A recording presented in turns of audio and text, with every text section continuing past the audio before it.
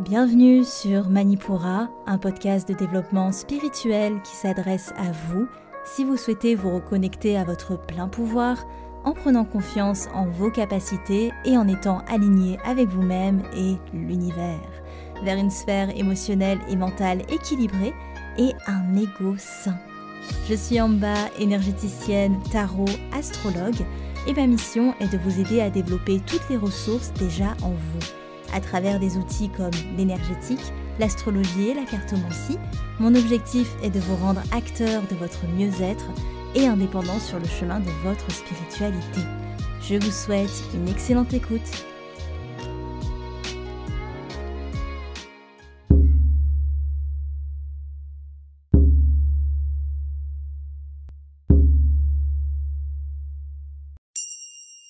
Bonjour à tous et bienvenue sur cette nouvelle étape de notre cheminement initiatique. Aujourd'hui, j'avais envie de vous présenter l'arcane de la Maison Dieu ou l'arcane de la Tour parce que je trouvais qu'elle était particulièrement adaptée pour accompagner les réflexions, les énergies, les ressentis qui peuvent se manifester avec l'entrée de Pluton en Verseau. L'arcane de la Maison Dieu a une énergie très uranienne en soi, changement soudain, changement inattendu. Mais il y a aussi une très grande notion de transformation. Et comme Pluton qui amène cette destruction qu'on ne comprend pas dans un premier abord, Pluton permet une nouvelle forme de vie, une nouvelle expérience, de celle qu'on n'aurait jamais imaginée sans une intervention divine parfois. C'est pour cela que ce cheminement initiatique est consacré à cet arcane, l'arcane numéro 16 de notre cheminement, que nous reprenons avec la brutalité d'une réalisation. Nous quittons les entrailles de l'inconscient, manipulés par les tentations de l'arcane du diable qui, profitant de notre inaction, s'est chargé de remplir chacune de nos pensées par des désirs à assouvir. Heureusement pour nous, un phare s'érige dans les ténèbres. C'est la Maison Dieu, que le tarot de Waite reprend comme une tour, un monument imposant dans sa hauteur et dont les briques, à la teinte carnée, nous rappellent son origine humaine. Elle qui fut érigée grâce aux élans de notre ego, la tour est tout de même loin d'être une entreprise égocentrique. Elle est le symbole du désir de connexion avec le divin. Cette volonté de ressentir Dieu dans notre être, dans nos actions, mais aussi notre envie d'aller vers le mieux, notre envie d'évoluer toujours plus loin. Ce besoin de hauteur, nous pouvons mieux l'observer dans la représentation de Waite, où la tour à flanc de montagne laisse à penser que l'homme, dans sa quête de puissance, sera tôt ou tard voué à désacraliser son incarnation pour découvrir le feu du divin en lui, et non pas en tentant d'égaler le soleil et en voulant toucher les cieux. Waite marque l'idée qu'en cherchant à s'élever, malheureusement, l'humain se pousse hors de terre. Le tarot traditionnel, lui, représente 3 marches comme les 3 étapes du parcours de l'énergie. Création, préservation, destruction. Brahma, Vishnu, Shiva. Première marche, j'accueille mon moi conscient, cet état où je suis dans mon plein pouvoir créateur, où je crée ma réalité. Deuxième marche, je nourris cet état de présence. Et troisième marche, je sais me libérer totalement de quelconque emprise ou quelconque attachement. Une fois cette expérience faite, on fait face à une porte verte, couleur permettant l'absorption et la transformation. On distingue même une lumière jaune à l'intérieur de la tour, couleur de l'enseignement, de celui qui apprend, de l'élève, de la conscience éveillée. La représentation de Waite, elle, dessine une tour sans porte, comme le signe de l'homme qui s'enferme dans sa propre ascension. Devenant ainsi hermétique à son environnement, il s'emprisonne lui-même dans les mêmes schémas de pensée. Et il finit par tourner en rond. Les seules ouvertures sont des fenêtres noires comme le ciel, d'où les flammes de la tour embrasée s'échappent. Noires comme le ciel car Waite nous rappelle que notre vision de l'extérieur n'est qu'une projection, une réflexion de notre regard intérieur. Les flammes symbolisent la destruction mais aussi le feu de la création. Elles envahissent l'intérieur de la tour, c'est vrai, parce qu'elles nous touchent jusqu'au plus profond de notre être et nous rappellent une fois de plus qu'une fois la transformation lancée, toutes les parts de nous-mêmes sont concernées. Cet arcane est souvent perçu comme un présage négatif, un choc inévitable qui vient bouleverser tout ce sur quoi on se reposait. Pourtant, il serait juste de nuancer cette interprétation quelque peu apocalyptique. La maison Dieu, c'est surtout l'idée d'une ouverture sur ce qui était fermé, d'une issue qui se dessine là où il n'y en avait pas, d'un renversement nécessaire pour repartir sur autre chose. Cet arcane ruine une construction qui, de toute façon, ne faisait plus sens. Lorsqu'elle apparaît dans un tirage, c'est en réalité le choc qui nous surprend. Une situation implose, un état est voué à disparaître, et il nous est difficile d'accepter la brutalité de cette destruction, la brutalité de cette révélation, de cet inattendu. Mais c'est au final une brutalité qui est nécessaire, comme lorsqu'on nous secoue hors d'un rêve irréalisable, hors d'une situation qui n'avait plus d'avenir. Rupture, déménagement, séparation.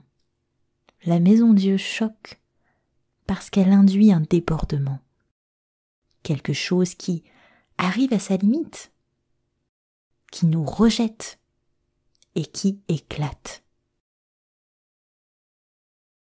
Mais était-ce une résultante imprévisible? La tour ne fait-elle pas que révéler une vérité que l'on tentait d'ignorer? La représentation de Waite illustre deux personnages au visage effrayé. Ils chutent dans le vide et c'est la perte de repères, la peur de se voir destitué d'un statut et de devoir assumer les conséquences qui en découlent. Dans le tarot traditionnel, chaque personnage a un contact avec la terre. Ils ne tombent pas. Ils reviennent à l'essentiel et chacun touche du bout des doigts un végétal. Ainsi, ils apprennent de leur environnement, ils l'honorent. Leur chevelure dorée s'accorde avec la lumière ambrée qui s'échappe de l'intérieur de la tour, marquant l'illumination d'une nouvelle conscience acquise. On retrouve d'ailleurs ce même pigment autant dans le ciel que sur le sol, signe d'une conscience qui s'inscrit en toute chose. Là où les personnages de Wade tombent dans le vide en subissant leur sort, poussés de force vers une évolution nécessaire, les personnages du tarot traditionnel, eux, se positionnent tête à l'envers. Ce n'est non sans rappeler l'arcane du pendu, où le malheureux attaché par les pieds est invité à voir la réalité sous un œil nouveau.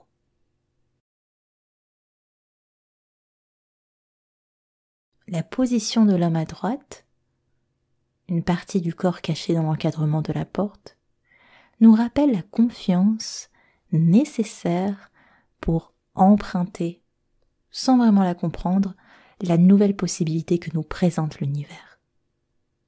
D'ailleurs, ce personnage est uniquement vêtu de rouge, symbole appelant à l'action spontanée, l'action irréfléchie, l'action confiante. Alors que son compagnon à gauche, totalement à l'extérieur de la tour, aborde la multitude de teintes qui sont présentes dans notre arcane, notamment le bleu, symbole de réception. Et ce même homme accueille pleinement les vibrations du divin. Pointant ses pieds en direction du ciel, c'est l'ancrage terrestre qui se mêle au céleste. On retrouve cette même idée sur le croissant de lune gravé sur la porte, subtilement orienté, comme un réceptacle prêt à se remplir du nectar des dieux. Ce n'est pas sans rappeler cette même coupole qui constitue le sigle de Mercure, une coupole sur un signe vénusien, la réception de la connaissance divine. Mais nous n'avons pas encore mentionné ce qui a déclenché le chaos dans notre arcane. Fendant l'atmosphère, un puissant éclair vient découronner la tour. Symbole d'une souveraineté renversée, l'arcane nous enlève notre toute-puissance et nous demande de ne plus lutter pour garder la main mise sur une situation que nous pensons naïvement contrôler. Sur la représentation de Wade, l'éclair prend la forme du symbole de Mars, un feu destructeur, initiateur d'une dynamique imposée par le divin. Comme une bataille de laquelle on ne pourra se déjouer. Dans le tarot traditionnel, la forme étrange qui traverse le ciel semble soulever délicatement la couronne de la tour, marquant ainsi une invitation à la transformation beaucoup plus douce, mais tout aussi marquée. Parée de bleu, de jaune ou encore de rouge et de vert, c'est une réalisation spirituelle fulgurante qui nous est dévoilée. Voyez alors la tour comme la Sushumna, ce canal énergétique central qui nous constitue tous, et le sommet de la tour comme Sahasrara, le chakra coronal. Nous assistons alors à l'ouverture de ce chakra, à la montée de Kundalini, de la fusion de l'Atman, l'âme, à Brahman, l'univers. La tour, elle, s'apparente également au lingam, cette forme phallique représentant Shiva et marquant la création et la fécondité. L'éclair comme éjaculation et la forme de chair étrange qui s'en détache s'apparente à un nouvel être, une nouvelle naissance qui apprendra à briller plus tard au sein de la prochaine arcane, celle de l'étoile. Tout ce parcours en nous-mêmes nous rappelle que l'énergie divine est déjà en nous. En détrônant ce que l'on a érigé comme une vérité absolue, on autorise notre conscience à ne faire qu'un avec le tout. Et on transcende le chakra coronal on s'ouvre dans notre entièreté. En d'autres mots, on se réalise. Alors certes, cet arcane marque un choc, un bouleversement, mais c'est aussi le chaos d'une montée d'énergie incroyable, de l'inconscient au conscient. Mise à nu, nos remparts détruits, la tour nous permet une nouvelle forme d'accomplissement, bien au-delà des titres dont on glorifie notre ego, bien au-delà des situations sur lesquelles on laisse notre équilibre fébrile se reposer. Alors, laissez vos fondations trembler, laissez le ciel déclencher le changement, et expérimentez la puissante montée d'énergie qui apparaît lorsqu'on s'autorise à n'être plus sûr de rien et qu'on ose, par la même occasion, se montrer dans notre plus grande vulnérabilité.